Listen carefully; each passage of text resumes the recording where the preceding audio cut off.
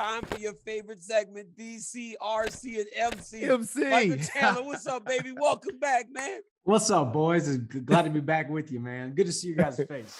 Your Yes, favorite sir. Oreos back on TV. Yeah. I like that. Let's go. Let's go. Chandler, listen, my man. Finally, we're running up. First off, actually, like Ryan said before, congratulations on the new baby. Congrats, Like, man. before anything, the most Thank you. important thing is family, and congratulations. Thank you. It is a huge blessing, man. It's precarious timing right before a fight, but it's perfect, man. Filled up my cup, and I am ready to roll on May 7th. You know, Man, and on love May that. 7th, you will fight the former interim champion, Tony Ferguson. But today, Tony Ferguson is trying to work his way back into form, opposed to Tony Ferguson that we have known for so long, the killer. Was this the right matchup for Michael Chandler right now, considering in your first three fights, it's been Hooker, then for a title, and then the war that you had with Justin Gaethje? Was it the right time to kind of, it feels like a step back. Do you see it as that? I don't, because I mean we are all governed by time and circumstance. You know, if you look at the division, a lot of guys are tied up. You got Poirier talking about going up to 170 fighting Diaz. Beneil Dariush and Makhachev are scheduled to fight each other. You got Conor possibly coming back. Obviously, we got the title fight with Gaethje and Oliveira happening on May 7th. So Tony Ferguson has always been a perennial top guy. You know, we're only a couple of years removed from that illustrious 12-fight win streak that he was on when he looked unbeatable, possibly could have even beaten Khabib. There are a lot of people who were, picking him to beat Khabib. Would that have happened? We don't know, because we never saw it. But man, I see Tony Ferguson as a guy who still extremely dangerous. Still always performs well, even when he runs into the toughest guys in the division. That's what we're doing. And when you're fighting the toughest guys in the division, you're going to take losses. You know, you could beat anybody on any given night, and you can lose to any of these guys on any given night. He's lost a couple, but so have I. So I'm excited to go out there. I don't necessarily think it's a step back, but it's a winnable fight. That's for darn sure. Well, the last time, we talked MC, and we were just speaking about getting a win, because you had these epic fights to start your UFC career, but you've shown your toughness in your first three fights. And we've obviously seen a guy like Tony Ferguson, whether it's submissions or straight up striking matches, show how tough he is, being able to finish some of these fights. When you look at this fight from a technical and skill standpoint, what is it that you think you have to focus on to get the win, and not necessarily just entertain and give us the war? It's a great question, because when you rewind back to the Justin Gaethje fight, listen, there's in mixed martial arts with 4-ounce gloves against some of the toughest strikers on the entire planet, anybody can get caught with a right hand, a left hook, and get their lights put out. Justin Gaethje was somewhat predictable. We knew he was going to go out there and throw those punches and throw those leg kicks like we have seen Justin Gaethje do for the last decade. Tony Ferguson, on the other hand, I think is even more of a tougher skill, or a tougher puzzle to solve. You never know what Tony Ferguson is going to do. The man is a certified lunatic inside the cage, and we love him because of it. So there is nobody. I think I train in the best gym in the world with the best coaches in the world, but none of my training partners can emulate Tony Ferguson. Nobody can emulate Tony Ferguson. He is a certified one-of-one talent in mixed martial arts. And, I think I just got to go out there, put together a game plan, bite down on my mouthpiece, put pressure on him like I always do, manage the distance, be fast, be strong, be athletic, and let my training take over, go out there, listen to my coaching staff. And I believe I go out there and I will be looking for a finish, but I will not be over exerting myself to get the finish. When you look at Tony Ferguson and you look at the diversity of his attacks, right?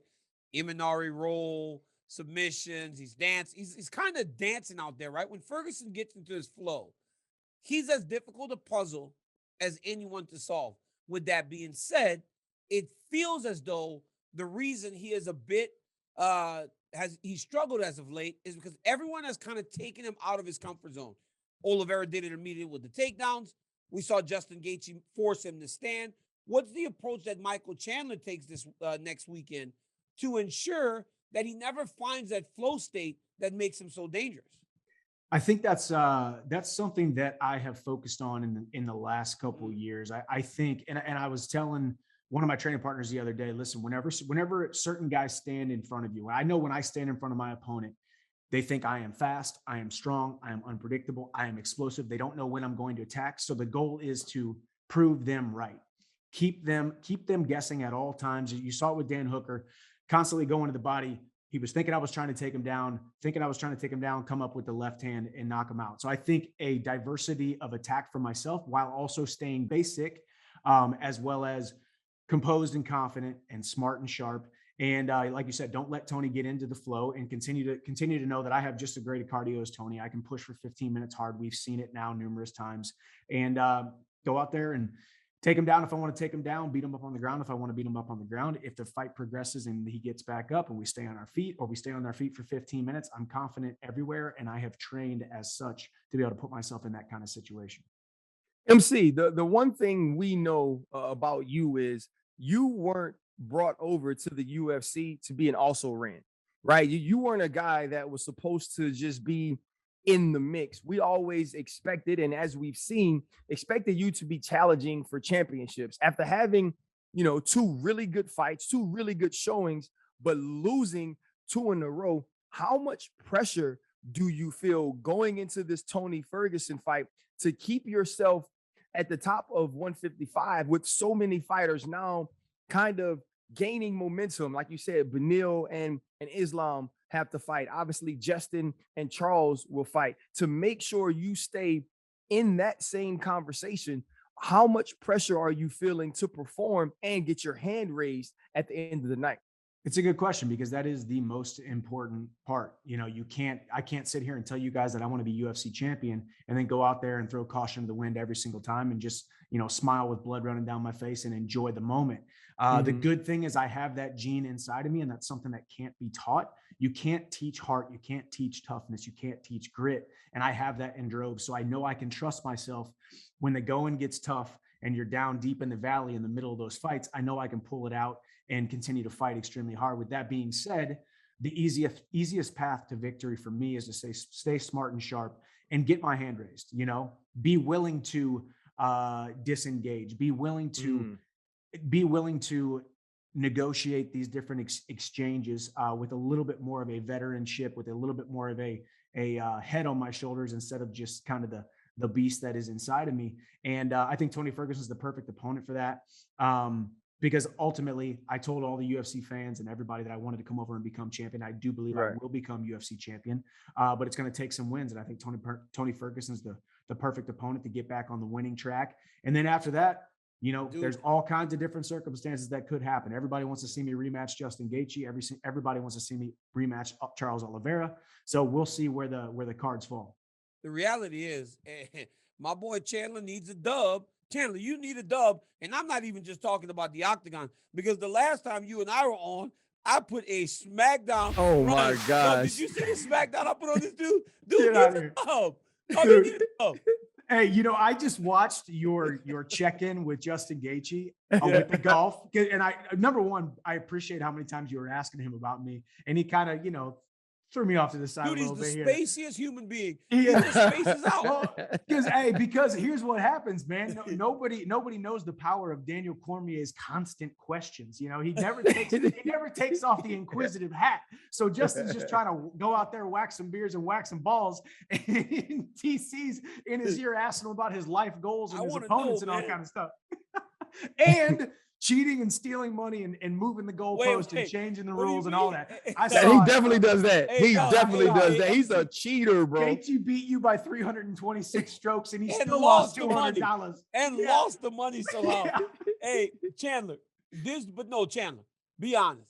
When you and I were on DC and RC and MC, as we like to call it now, and you were there, right?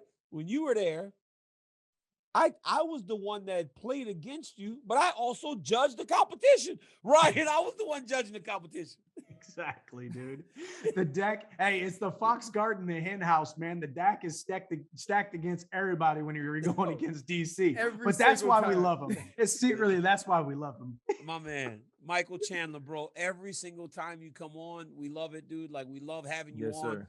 You are a part of the family, and we cannot wait until you get through this fight and then come back and visit us on the other side.